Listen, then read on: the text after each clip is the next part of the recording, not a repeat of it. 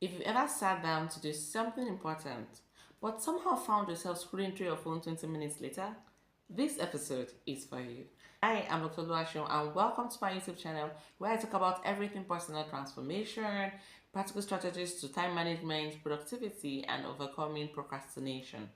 Let's take an example. Tolu sits down to write a report for work.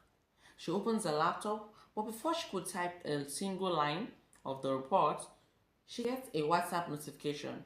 So she picks her phone and quickly checks the message, or so she thinks.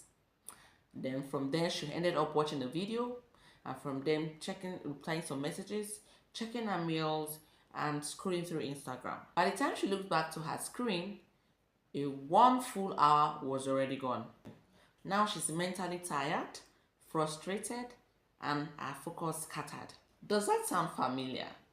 We live in a world that constantly pulls for our attention. And if you don't protect your focus, you'll find out as your day goes by, you've been busy but not productive. So how do you stay focused in a distracted world, especially where people, our phones, and our thoughts are competing for our attention? So here is how you can maintain your focus in a distracted world. Number one, create a focus-friendly environment. Your environment subtly decides how much focus you can have. If your phone is buzzing, your workspace cluttered, your brain will find it difficult to stay still. So what do? Before you even start a task, take 2 to 3 minutes to set the stage. Put your phone far away or put it on airplane mode. Close unrelated tabs on your laptop and clear your workspace. That sets the tone for focus. At least you don't see things around you that are distracting you. That's where you can control both physical and digital distractions. Number two, use the 3D rule, and that is decide, do, delete. Now, when you sit down to do a particular task or you sit down to work, decide what tasks you want to do. Decide it. Don't just start jumping on this and jumping on that. Decide on the task, then do it. Give like 30 to 45 minutes to focus on that task. Now this time, don't multitask. Multitasking is advisable so that you can concentrate on that task. And three, which is delete every other distraction. That's why I said do not multitask. Just face that one. Every other thing within that 30 to 45 minutes should be deleted from your environment or from your mind. Number three, manage your mental transition. One thing we usually ignore is something the psychologists call attention residue. And what does that mean? It's a case where you are done with task A and you're moving to task B, but while you're on task B, your mind is still, or your attention is still on task A. Now, how do you prevent that?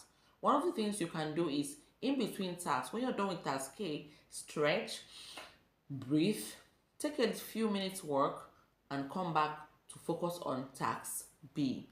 Another thing you can do, as simple as it is to say, okay, I'm done with task A, now I'm moving on to task B. That means you consciously note that I'm done with task A and I'm going to task B.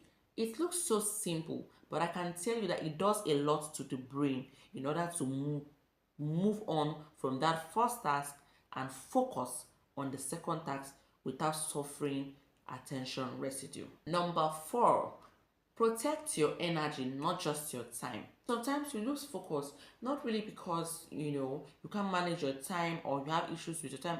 Sometimes it's because you feel drained. Sometimes we lose focus or can't focus because you're already drained.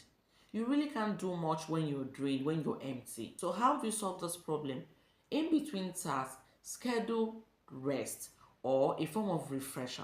When you are done with a particular task, sometimes it takes kind of your energy, and so what you can do is take a little walk, take a stroll to drink water, come back and face the next task. So you take breaks in between tasks.